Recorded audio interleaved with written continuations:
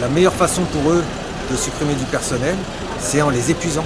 C'est-à-dire qu'il y a une hémorragie, les soignants se barrent littéralement. Il y a des statistiques qui existent, je ne les connais pas sur les soignants qui s'en vont au bout de combien d'années, mais une infirmière, sa durée de vie, elle n'est pas très longue. Donc ils n'ont même pas besoin de virer les gens ils partent parce qu'ils n'en peuvent plus. Ils savent que leur état de santé en dépend, ils se barrent littéralement. Voilà une escarpe, nous on fait tout ce qu'on peut, on veut prendre soin d'eux, mais plus le temps de rien et on n'a plus de moyens. Ici se joue un drame et là on sonne l'alarme, ça nous fait mal au cœur mais on bosse dans la peur. Alors nous dans notre service on est un petit peu plus de la moitié à être en grève. Ceux qui ne sont pas en grève c'est simplement qu'ils ne peuvent pas l'être. Du coup en gros sur 50 personnels paramédical, on est 100% pour la grève. Par contre officiellement gréviste on est une petite trentaine. Parce que les autres risquent de perdre leur poste, donc c'est pas envisageable qu'elles soient grévistes.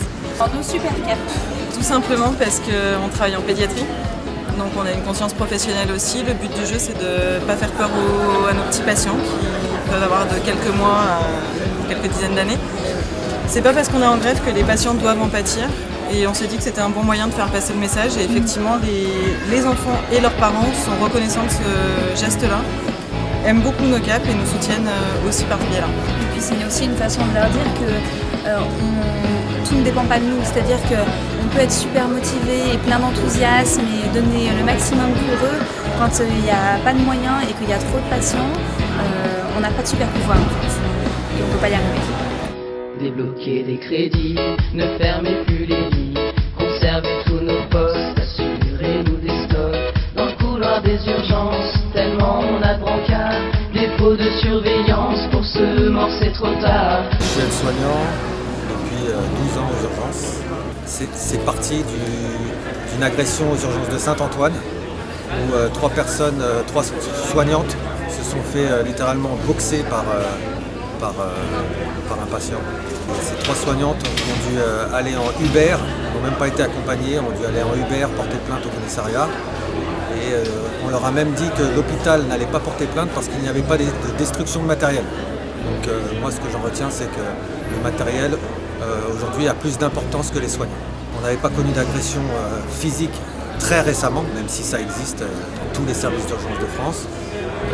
On s'est senti solidaire, on rencontre les mêmes difficultés, les agressions verbales sont quotidiennes, les conditions de travail sont exactement les mêmes. On voit des collègues qui vont se cacher en salle de pause pour pleurer à cause de leurs conditions de travail.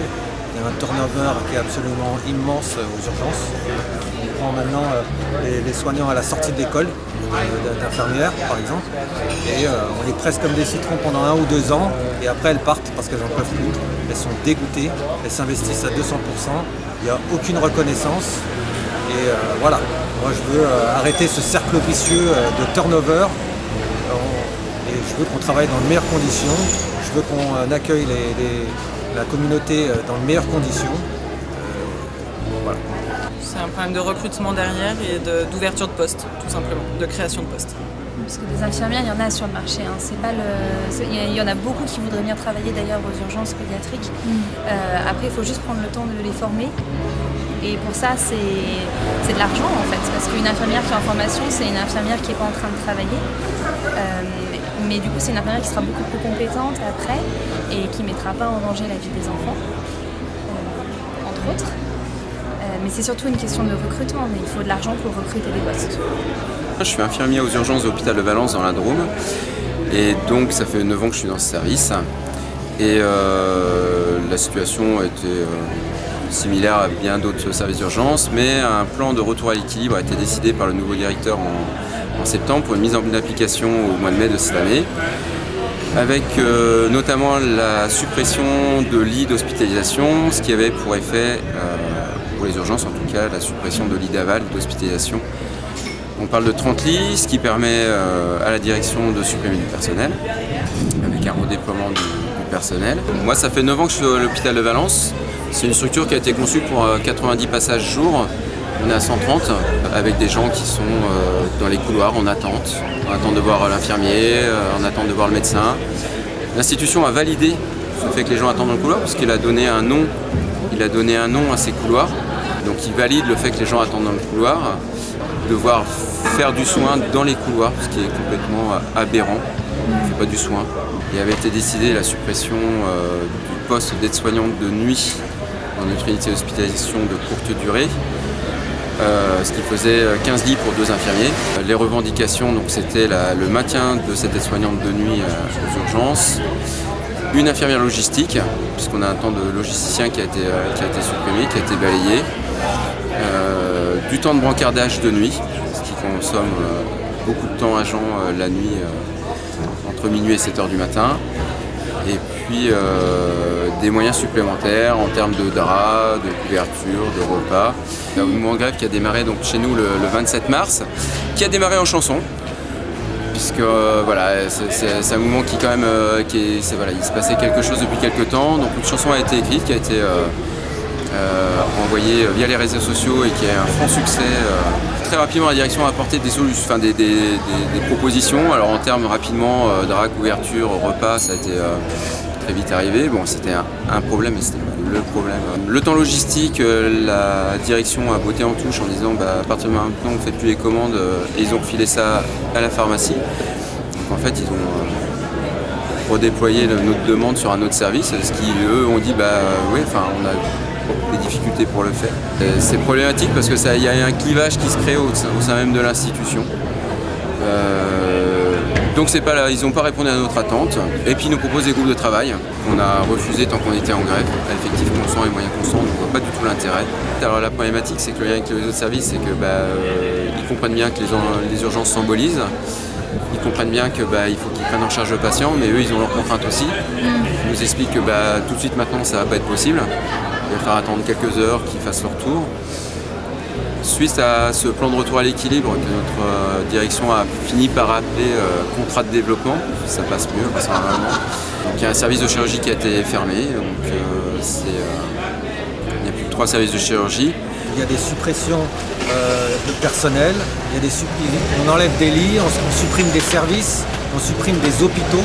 C'est la destruction de l'hôpital public en France, petit à petit, et on redonne ça au privé, clairement. C'est le but. Tout ça est fait en force et provoque une grosse détresse au niveau des soignants. Il y a des risques psychosociaux énormes. Moi, j'ai déjà été obligé d'arrêter une collègue qui partait du service avec dans son sac suffisamment de médicaments pour mettre fin à ses jours. C'est la cadre de service qui est venue me dire s'il te plaît, retiens-la, empêche-la de partir. Voilà. Elle voulait mourir. J'ai une autre collègue qui venait de terminer sa nuit de travail et qui nous a appelé. Moi, j'étais du matin. Elle était sur le quai du métro pour dire qu'elle voulait en finir. Et ça, c'est partout en France, dans tous les services, dans tous les hôpitaux. La meilleure façon pour eux de supprimer du personnel, c'est en les épuisant. C'est-à-dire qu'il y a une hémorragie, les soignants se barrent littéralement. Il y a des statistiques qui existent, je ne les connais pas sur les soignants qui s'en vont au bout de combien d'années, mais une infirmière, sa durée de vie, elle n'est pas très longue. Donc ils n'ont même pas besoin de virer les gens ils partent parce qu'ils n'en peuvent plus. Ils savent que leur état de santé en dépend. Ça peut être une personne de nuit qui a organisé toute sa vie par rapport à ce rythme de nuit dans un service, et on va lui dire voilà, il n'y a plus de poste de nuit pour toi, il va falloir que tu trouves rapidement un poste de jour ou ailleurs, et cette personne doit refaire toute sa vie, et elle doit choisir un service peut-être où elle n'aura pas les compétences nécessaires. Elle doit, je sais pas, on a aussi une vie en dehors du travail, on a aussi une famille, une vie sociale, et elle va devoir tout recomposer.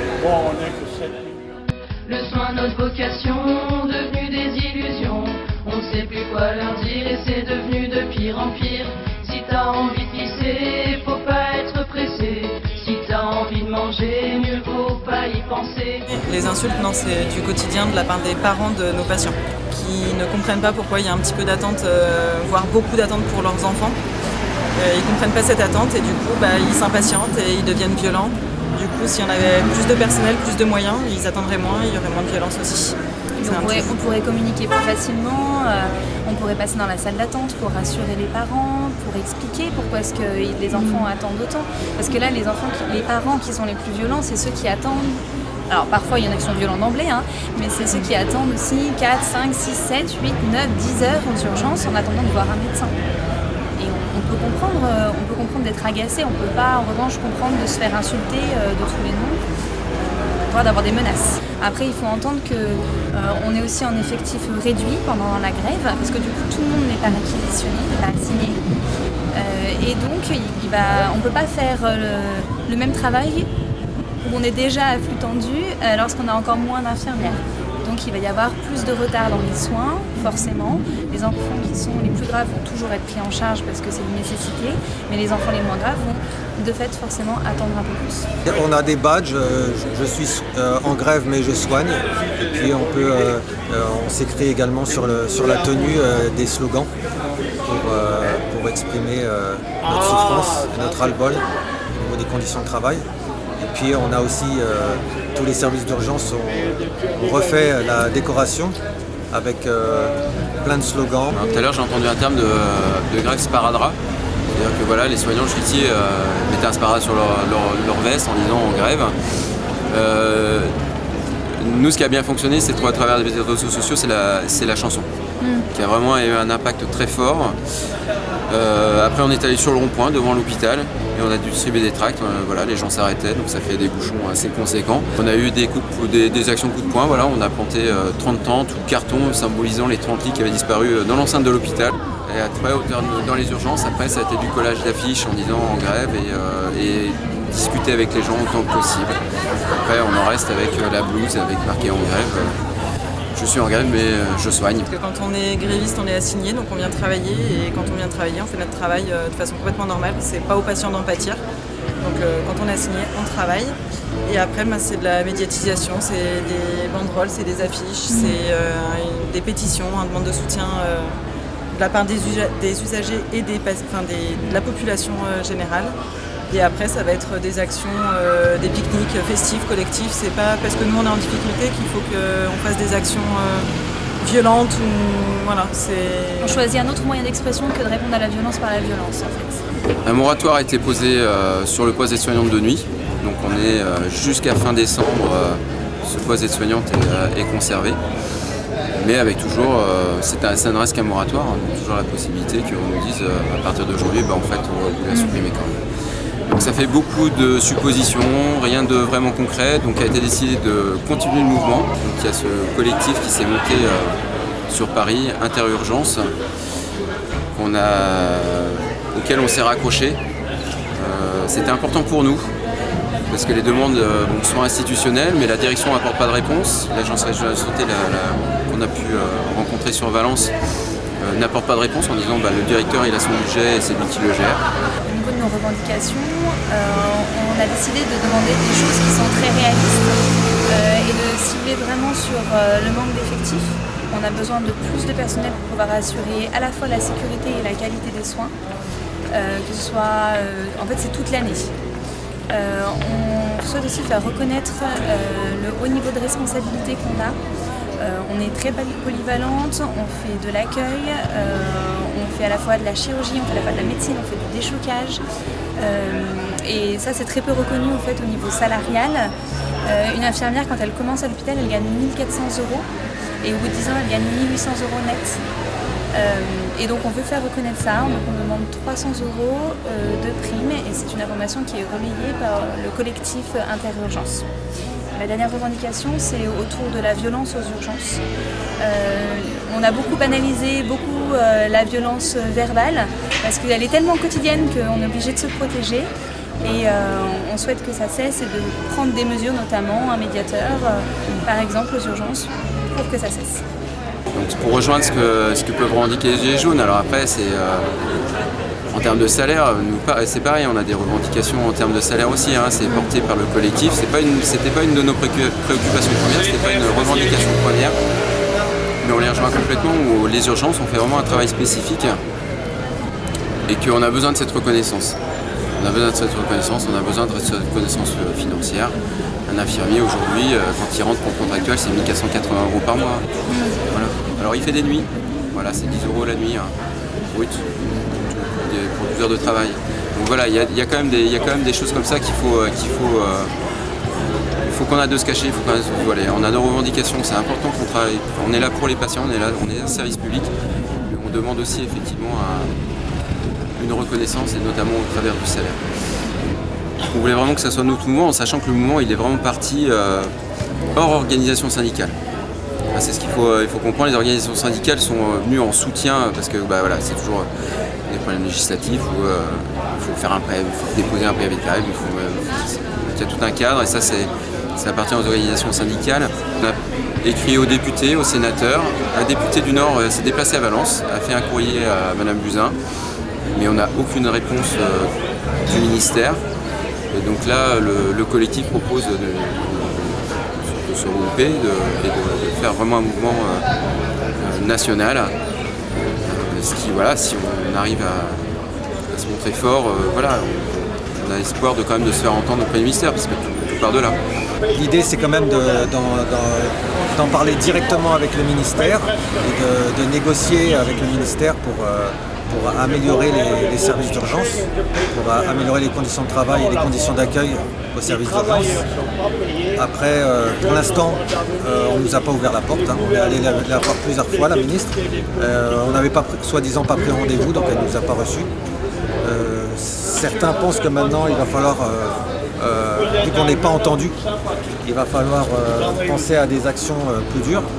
Toute cette destruction de l'hôpital public a une vraie conséquence sur les soignants et sur notre santé. Notre santé est en danger aujourd'hui. Et je peux faire donc le parallèle avec l'éducation. L'éducation est en danger aujourd'hui également. Donc, évidemment, on les soutient. On a décidé de faire une manifestation nationale le 6 juin.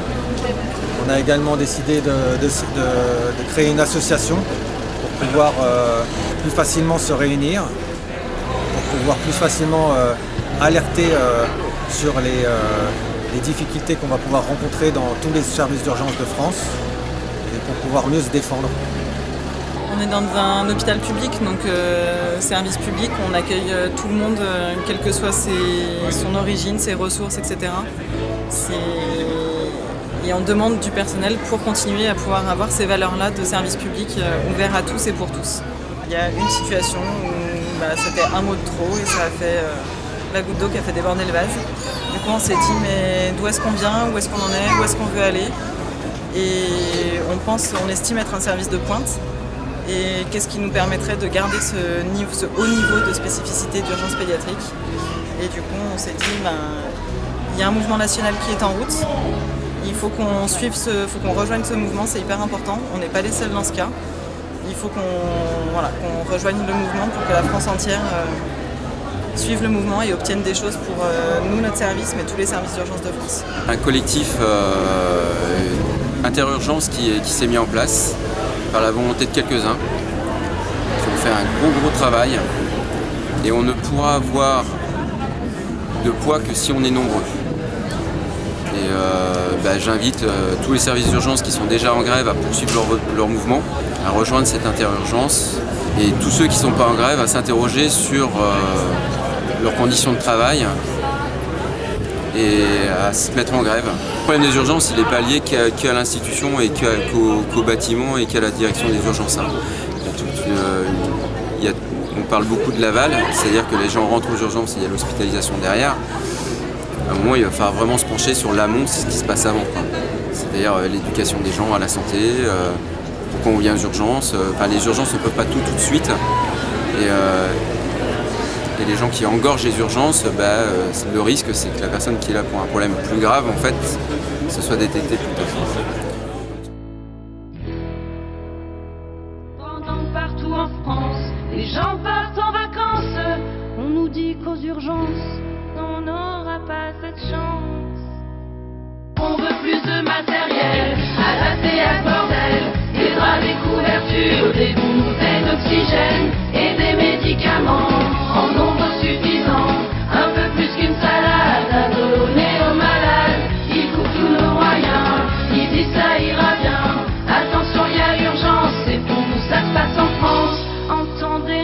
peine. Ce boulot, c'est sûr, on l'aime. Soyez sûr, on le perd. Y a la colère dans le cathéter. Ce qui se passe au CHV, dans les urgences de France, ne peut pas rimer avec rentabilité.